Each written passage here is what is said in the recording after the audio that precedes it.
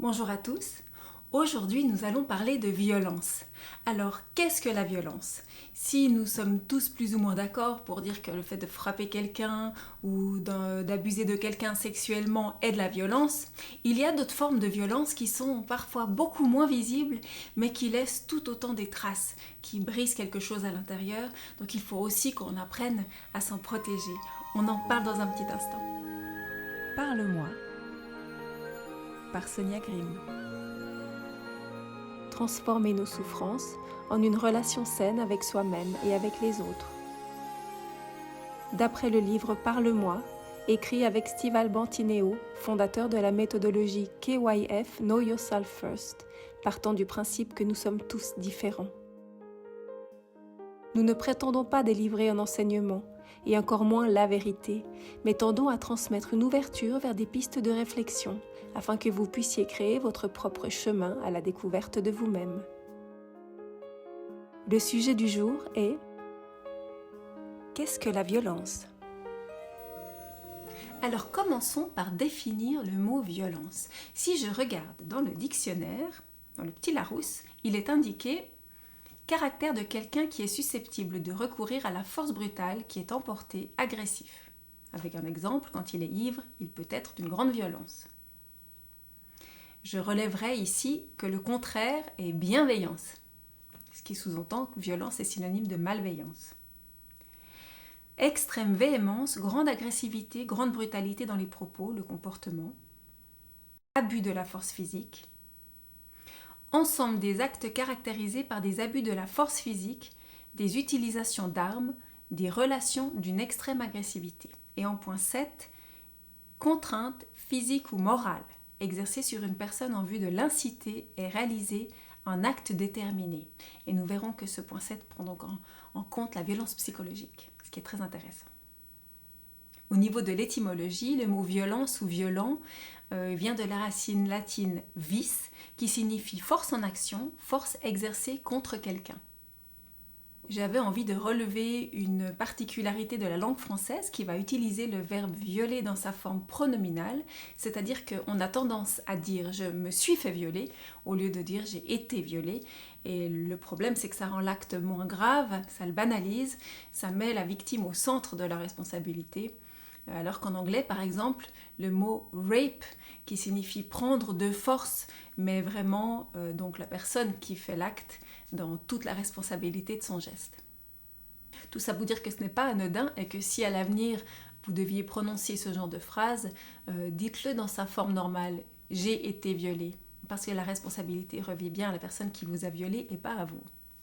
Alors parlons maintenant de violence. Il y a la violence physique, qui consiste à frapper quelqu'un, à le bousculer, le faire tomber, à le maintenir avec sa force par exemple. Et puis la violence sexuelle, où évidemment il y a le viol, toutes les sexuelles. Et dans ces contraintes sexuelles, on comptera par exemple le fait de poser sa main sur la cuisse de quelqu'un qui ne le désire pas, ou sur le bras, ou sur l'épaule, ça veut dire de toucher physiquement quelqu'un qui ne le désire pas, d'embrasser quelqu'un même sur la joue, qui ne veut pas être embrassé sur la joue. Toutes ces approches physiques qui peuvent être vraiment perçues comme des atteintes à l'intégrité sexuelle de la personne. Il y a aussi la violence économique.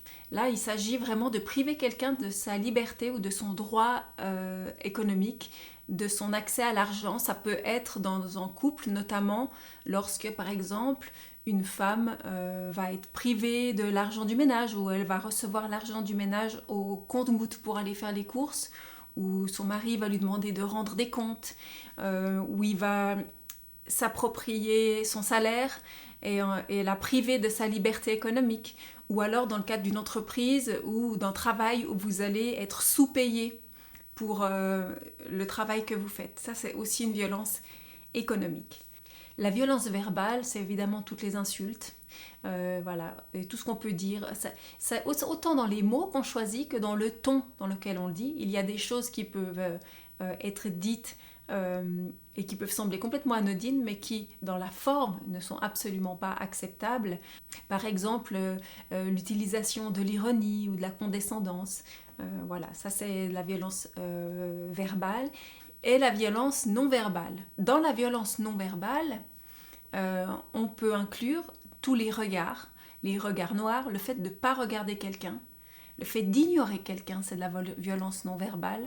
Par exemple, si vous arrivez dans une pièce et que la personne s'en va et part dans l'autre pièce, et que c'est fait sciemment pour blesser ou pour rejeter, là ça devient vraiment un rejet, ça peut être pris comme une forme de violence, ça peut être violent pour la personne qui subit cette action. Le fait de regarder quelqu'un avec condescendance ou méchamment, tout ça dans le regard, dans l'expression de visage, tout ce qui est non-verbal, dans l'attitude, on peut avoir vraiment toute forme de rejet qui peut s'exprimer par le corps. Et ça, c'est la violence non-verbale. Alors, dans la violence psychologique, on va inclure toutes les formes de violence non-verbale, mais ça peut aussi inclure le fait, par exemple, de constamment arriver plus tard.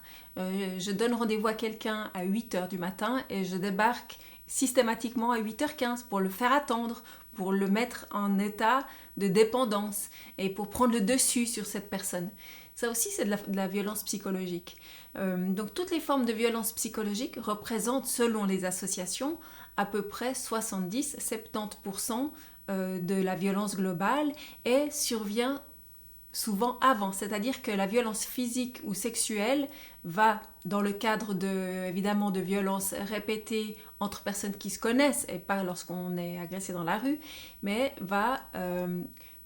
la personne va commencer par la violence psychologique et ensuite ça risque de dégénérer vers de la violence physique ou sexuelle ou autre, et c'est le début en fait, c'est-à-dire que c'est des petites choses qui sont des fois à peine perceptibles pour gentiment asseoir le fait qu'il y a en bourreau une victime, que la personne va se soumettre. Et avec la violence psychologique, la victime va apprendre ou prendre l'habitude de se soumettre, et ainsi le bourreau va pouvoir petit à petit augmenter son emprise.